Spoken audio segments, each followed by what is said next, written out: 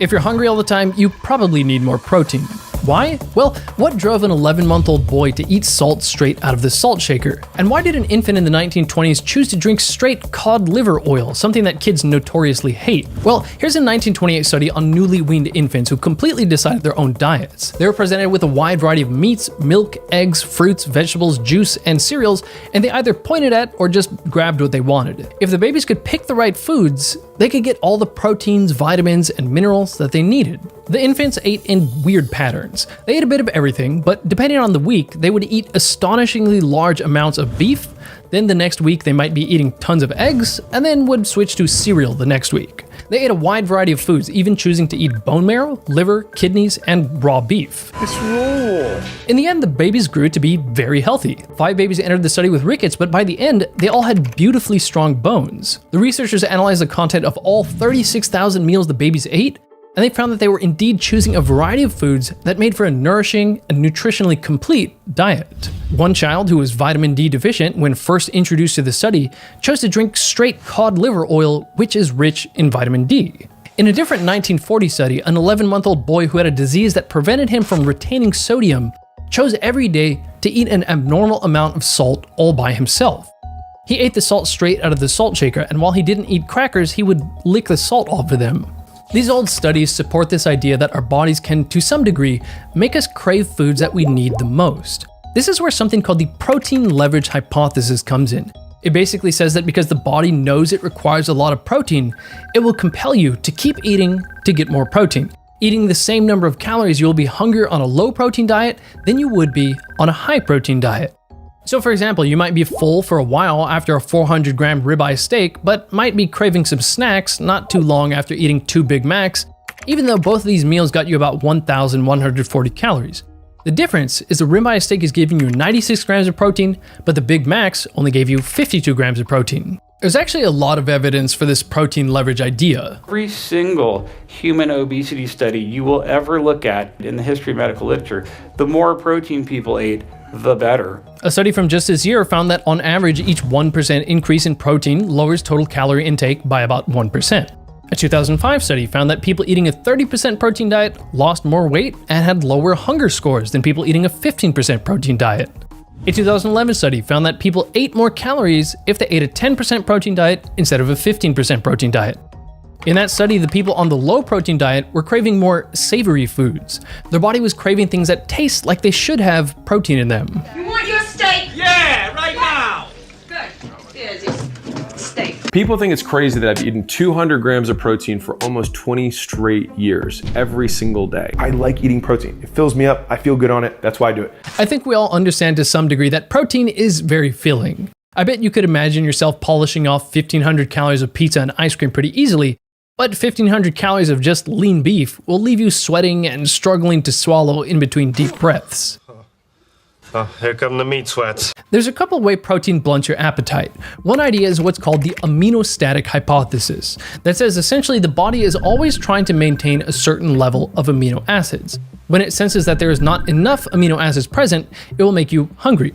And of course, amino acids come from the protein that we eat. Here's a really cool graph from a quite old study that shows that appetite and amino acid concentrations in the body are tightly linked. When amino acid concentrations go up, appetite goes down. When amino acids go down, appetite goes up. Other research has found that eating protein simply increases the secretion of anorexigenic hormones, hormones associated with a reduction of appetite. For example, in one study where an amino acid mix reduced the appetite of obese adolescents, they surmised that this was due to an increase in the appetite-suppressing peptide GLP-1, and that GLP-1 is likely secreted in response to the intestines sensing the presence of certain amino acids. Look at pictures or footage of a 1960s beach, and it's pretty obvious that the obesity epidemic of today is a recent issue. Our food environment has definitely changed in many ways. But could the issue be that we just eat too much cheap food? Reporting on USDA data, Vox claims that Americans devote just 11% of their household spending to food, a smaller share than nearly every other country spends on food consumed at home alone. Now, part of this is because America is a wealthy nation, so people don't have to spend so much on food, but considering America spends a lot less than, say, France or Norway, part of it is simply due to the fact that Americans simply buy food that is cheaper to produce. I don't think you'd be surprised to hear that cheaper food makes you fat. Cheap processed food is loaded with additives, sugar, processed carbohydrates, and seed oils, but what it doesn't have much of is protein. Protein is not cheap. Protein is actually the most expensive macronutrient. This study on 106 supermarket foods found that the cost of food increases with food protein density. The more protein a food had, the more expensive it was. Fat and carbohydrates, however, are really cheap. NLS Y79 data suggests that as income goes down, obesity goes up. So of course, cheap foods have all kinds of negative attributes, but maybe cheap, low-protein foods are driving people to be fat by keeping them hungry because they're not getting enough protein. What are you eating? I don't even know. I just know I'm hungry. All the time. Dr. Ted Naiman has a philosophy on maintaining a healthy weight that is really simple. You just need to improve your protein to energy ratio. In this framework, you can think about macronutrients like this. We need protein to build our muscles, maintain our cellular machinery, and so on. It builds us up and maintains our bodies. Fat and carbs we'll consider as just an energy source. So you want to get plenty of grams of protein per calorie of fat and carbs. You want a high protein to energy ratio. For example, a ribeye steak has plenty of protein and plenty of fat, but no carbs, so its protein to energy ratio is 0.7. Lean beef has no carbs and even less fat, so its protein to energy ratio is higher at 1.0. Then of course things with tons of calories relative to protein are going to have really low protein to energy ratios. Potatoes and peanuts have a protein to energy ratio of just 0.2. Another way to think about this is if you want a healthy, lean body with a high protein to energy ratio, you should eat foods that have a high protein to energy ratio. The more overweight and unhealthy you become, the lower the protein to energy ratio of your body will become. So here's the next question. Too little protein is definitely a thing, but what is too much protein? The RDA for protein is set at 0.8 grams of protein per kilogram of body weight. That would mean that if you're a 70 kilogram or 154 pound man, you only need 56 grams of protein. 2 Big Macs and a handful of almonds should do the trick. However, what some people don't realize is that the RDA is the minimum protein required to prevent deficiencies. It is not the optimal protein intake. Recent research has found that at least double the RDA of 0.8 grams per kilogram is likely where you want to be. This paper argues that at least 1.2 grams per kilogram to 1.6 grams per kilogram of protein is better for health. There's something called the acceptable macronutrient distribution range, which is set based on epidemiological evidences that suggest consumption within these ranges play a role in reducing risk of chronic diseases. As you can see in the chart, while the average American is at least above the lower end of the AMDR, they are very far from the upper end. So it seems like we really could stand to get more protein. But what amount of protein is too much?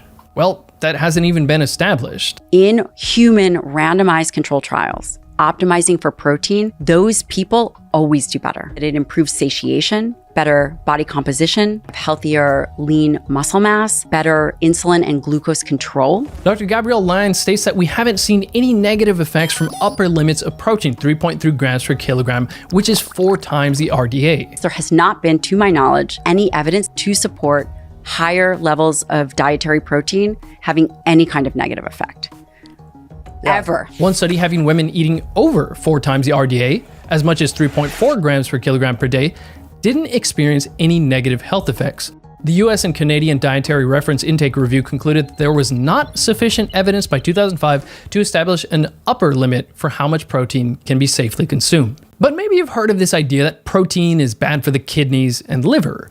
Dr. Stuart Phillips, a professor and Tier 1 Canada Research Chair in Skeletal Muscle Health, said that this idea is totally bogus. There's no data. There's no data that link the two. None. Not a scrap. He explains that the idea that protein is bad for the kidneys came from the fact that people who already have kidney disease do better on lower protein diets. Though it's the disease that made the kidneys unable to properly handle protein, not the other way around. That would be kind of like saying because people with prostate cancer have trouble peeing, water causes prostate cancer. At the end of the day, it should be totally expected that protein increases satiety.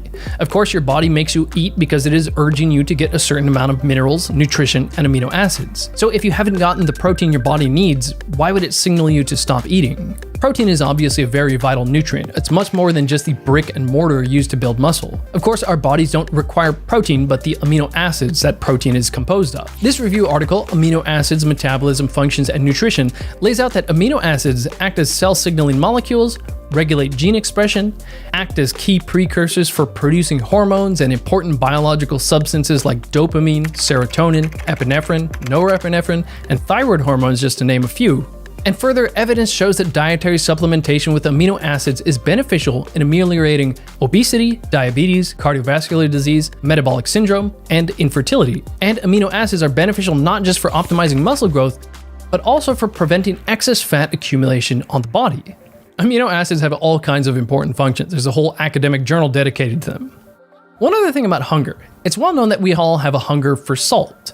When anything from a rabbit or pigeon to a kangaroo, monkey, or human doesn't get enough sodium from salt, it will develop a marked craving for salty things. So what people might not realize is that when they're craving salty, calorie-rich snacks, they might be able to extinguish that hunger by just getting some salt. That's where this video's sponsor, Element, comes in. I often have one of their tasty no-sugar electrolyte salt packs when I find I'm craving a snack or something, and it often reduces and sometimes totally eliminates my cravings. Since electrolytes and sodium are a big part of hydration and maintaining energy levels in general, it can really help to replace the electrolytes you lose when you're fasting, doing a low-carb diet, or if you're just sweating a lot at the gym.